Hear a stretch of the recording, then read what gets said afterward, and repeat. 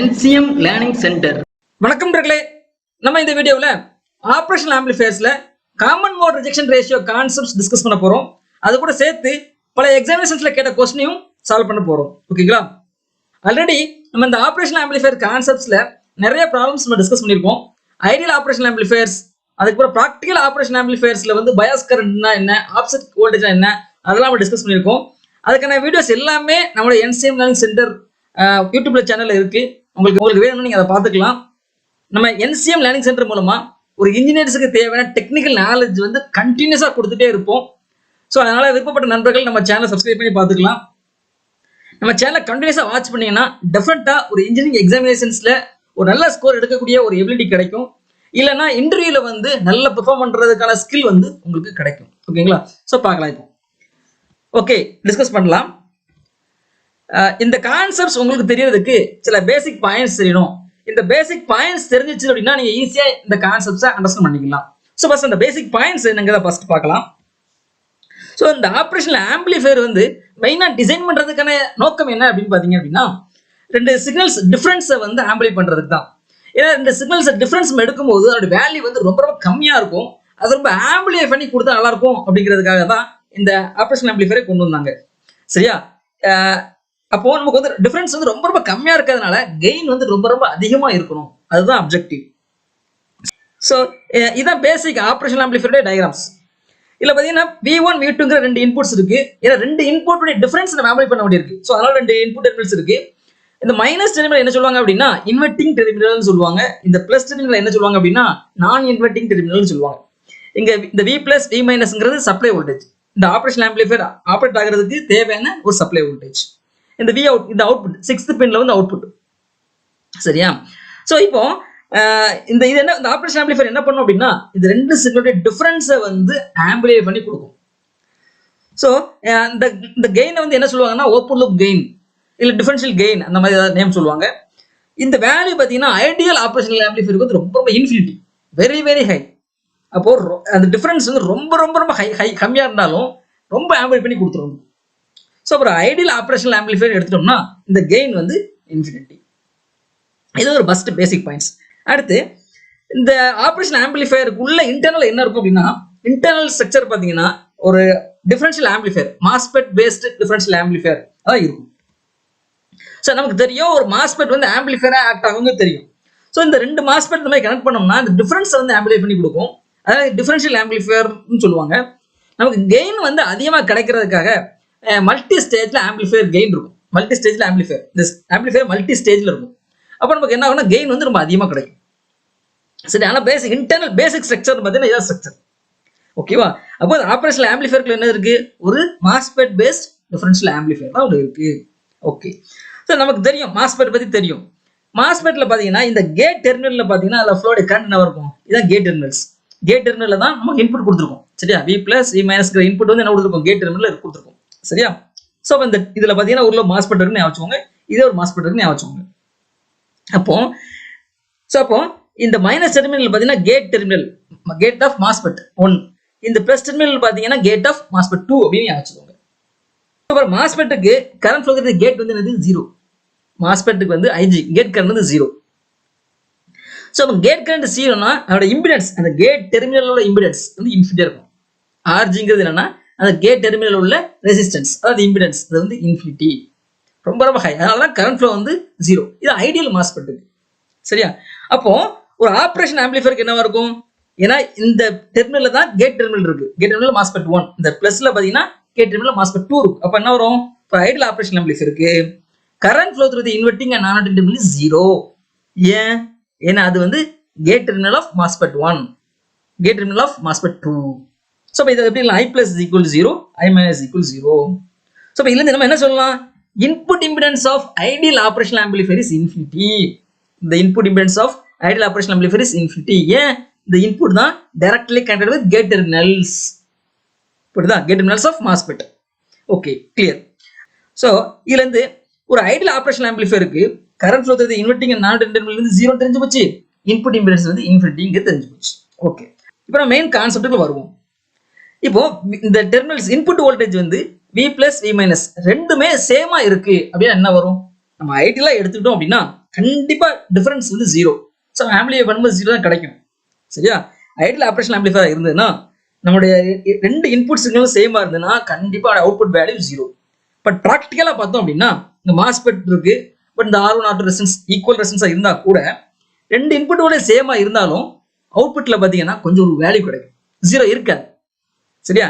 அந்த வோல்டேஜ் தான் என்ன சொல்லுவாங்க அப்படின்னா காமன் மோட் வோல்டேஜ் சொல்லுவாங்க. even though both the signals are same, இந்த அவுட்புட் வந்து என்ன இருக்காது, ஜீரோ கொடுக்காது.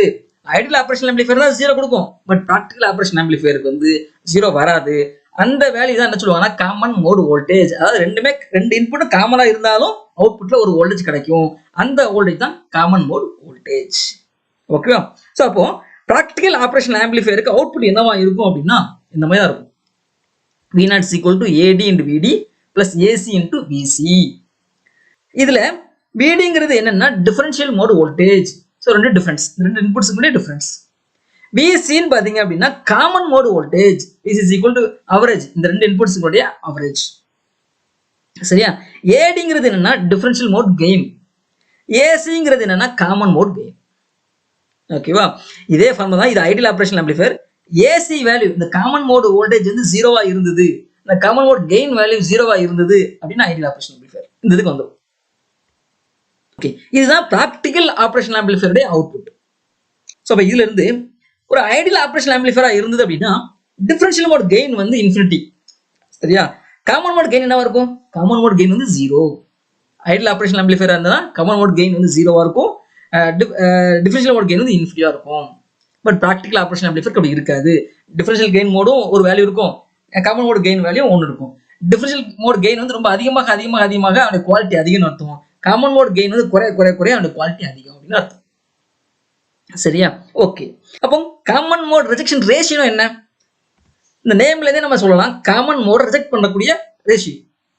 இது என்ன பண்ணும் அப்படின்னா இந்த CMRR common mode rejection ratio என்ன சொல்லும் அப்படின்னா defines the quality of an op amp. எந்த அளவுக்கு ஆப்பம் வந்து குவாலிட்டி இருக்கு அப்படிங்கிறத சொல்லும். சரியா? ஸோ அந்த ஃபார்முலா டெஃபினிஷன் என்ன அப்படின்னா இந்த common mode rejection ratio definition என்ன அப்படின்னா ratio of differential gain by common mode gain. சரியா? காமன் மோட் கெயினை ரிஜெக்ட் பண்ணணும். காமன் மோட் கெயின் வந்து ஜீரோவா இருக்கணும், டிஃபரன்ஷியல் கெயின் வந்து இன்ஃபினிட்டிவா இருக்கணும். ஓகேவா? இதே இது டெசிபல்ல சொல்லணும் அப்படின்னா 20 log of differential gain minus 20 log of common mode gain. இதுதான் ஃபார்முலா, காமன் மோட் ரிஜெக்ஷன் ரேஷியோட formula. If common mode gain வந்து க்ளோஸ் ஜீரோக்கு போயிடுச்சு, டிஃபரன்ஷியல் மோட் கெயின் வந்து க்ளோஸ் இன்ஃபினிட்டிக்கு போயிட்டு அப்படின்னா இந்த CMRR வேல்யூ என்னவா இருக்கும்? க்ளோஸ் டு இன்ஃபினிட்டி, ரொம்ப அதிகமா போகும். அப்போ அந்த operation amplifier close to ideal. சரியா? அப்போ ஒரு ஐடியல் ஆப்ரேஷன் ஆம்பிளிஃபையரா இருந்ததுன்னா இந்த CMRR வந்து இன்ஃபினிட்டிவா இருக்கணும். காமன் மோட் ரிஜெக்ஷன் ரேஷியோ வந்து ஒரு ஐடியல் ஆப்ரேஷன் ஆம்பிளிஃபையருக்கு இன்ஃபினிட்டி. சரி, சில எக்ஸாமினேஷன்ஸ்ல வந்து 1 மார்க் கொஸ்டின்ஸ் கேட்பாங்க. For ideal operation amplifier what is the value of common mode rejection ratio? அப்போ நம்ம இன்ஃபினிட்டிங்க சொல்லிடணும். ஓகே, இதே இந்த காமன் மோட் ரிஜெக்ஷன் ரேஷியோ வந்து குறையுது, லோவா இருக்கு அப்படின்னா இந்த ஆப்பம் குவாலிட்டி வந்து பூவர் அப்படின்னு அர்த்தம். சரியா? நீங்க ஒரு ஆப்ரேஷன் ஆம்பிளிஃபையரை போய் நீங்க பர்ச்சேஸ் பண்ண போறீங்க. பர்ச்சேஸ் பண்ண போகும்போது அதோடைய CMRR வேல்யூ பார்க்கணும். CMRR ஸ்பெசிஃபிகேஷன்ல கொடுத்துருப்பாங்க. CMRR வந்து நமக்கு அதிகமாக குவாலிட்டி அதிகமாகும், ரேட்டும் அதிகமாக இருக்கும். CMRR கம்மியா இருந்தா ரேட் கம்மியா இருக்கும், குவாலிட்டி கம்மியா இருக்கும். ஓகேவா? ஓகே, இதான் கான்செப்ட்ஸ். இனி வந்து ப்ராப்ளம் டிஸ்கஸ் பண்ணலாம். First questions. இந்த கொஸ்டின் பார்த்தீங்கன்னா கேட் 2008 இன்ஸ்ட்ருமெண்டேஷன்ல கேட்ட கொஸ்டின்ஸ். இதே சேம் டைப் ஆஃப் கொஸ்டின்ஸ் வந்து எலக்ட்ரிக்கல்ல கேட்டிருக்காங்க, ASRO எக்ஸாமினேஷன்ஸ்ல கேட்டிருக்காங்க, இன்ஜினியரிங் சர்வீஸ் எக்ஸாமினேஷன்ஸ்ல கேட்டிருக்காங்க. ஸோ அதனால இந்த கொஸ்டின்ஸ் நீங்க தெரிஞ்சுக்கிட்டீங்கன்னா அதெல்லாம் ஈஸியாக சால்வ் பண்ணலாம். ஓகே, எப்படி சால்வ் பண்றது? இந்த கொஸ்டின் அப்ஜெக்டிவ் என்னன்னா அவுட்புட் கண்டுபிடிக்கணும். இங்க வந்து டிஃபரன்ஷியல் மோட் கெயின் கொடுத்தாங்க, காமன் மோட் ரிஜெக்ஷன் ரேஷியோ கொடுத்தாங்க, இன்புட் வோல்டேஜ் கொடுத்தாங்க, இன்புட் டெர்மினல் வோல்டேஜ் கொடுத்தாங்க, V1 V2 கொடுத்தாங்க. ஸோ நான் அவுட்புட் கண்டுபிடிக்கணும்.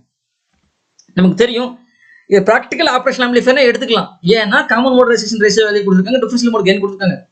டிஃபரன்ஷியல் மோட் கெயின் வந்து இன்ஃபினிட்டின்னு கொடுத்தாதான் ஐடியல் ஆப்ரேஷன் ஆம்பிளிஃபையர். இங்க இன்ஃபினிட்டி கொடுக்கல, ஒரு வேல்யூ கொடுத்துருக்காங்க. அப்போ இது வந்து ப்ராக்டிகல் ஆப்ரேஷன் ஆம்பிளிஃபையர். ஃபார்முலா என்ன வரும்? V0 is equal to AD into VD plus AC into VC. VD இங்க டிஃபரன்ஷியல் மோட் வோல்டேஜ், AD இங்க டிஃபரன்ஷியல் மோட் கெயின், AC இங்க காமன் மோட் கெயின், VC இங்க காமன் மோட் வோல்டேஜ். V பிளஸ்ங்கிறது plus டெர்மினல்ல voltage V1, V பிளஸ்ங்கிறது V1, V மைனஸ்ங்கிறது V2. Subject பண்றேன்.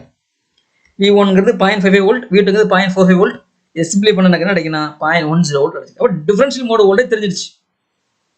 இந்த பேராமீட்டர் ஒவ்வொன்றா கண்டுபிடிக்கணும். சரி, டிஃபரன்ஷியல் மோடு வோல்டேஜ் தெரிஞ்சிருச்சு. அடுத்து காமன் மோடு வோல்டேஜ் கண்டுபிடிக்கணும். This is equal to V plus minus V minus by 2 average. இந்த ரெண்டு இன்புட்டே அவரேஜ். ஓகே, அப்போ என்ன வரும் ஆன்சர்ஸ்? அவரேஜ் பார்த்தீங்க அப்படின்னா 0.50 கிடைச்சிருக்கு. காமன் மோடு வோல்டேஜ் தெரிஞ்சிருச்சு, டிஃபரன்ஷியல் மோட் மேலே தெரிஞ்சிருச்சு. அடுத்து டிஃபரன்ஷியல் மோட் கெயின் கொடுத்துட்டாங்க, ஏடி வந்து 100 கொடுத்தாங்க. சரியா, நமக்கு தெரிய வேண்டியது ஒன்னே ஒன்று தான், ஏசி காமன் மோட் கெயின் மட்டும் தான் தெரியணும். சரியா, தெரிஞ்சிச்சுன்னா வீணாட வழி கண்டுபிடிச்சிடலாம். ஸோ காமன் மோட் கெயின் எப்படி கண்டுபிடிக்கிறது? இங்க காமன் மோட் ரிஜெக்ஷன் ரேஷியோ சொல்லியிருக்காங்க. Common mode rejection ratio is equal to ratio of differential mode gain by common mode gain.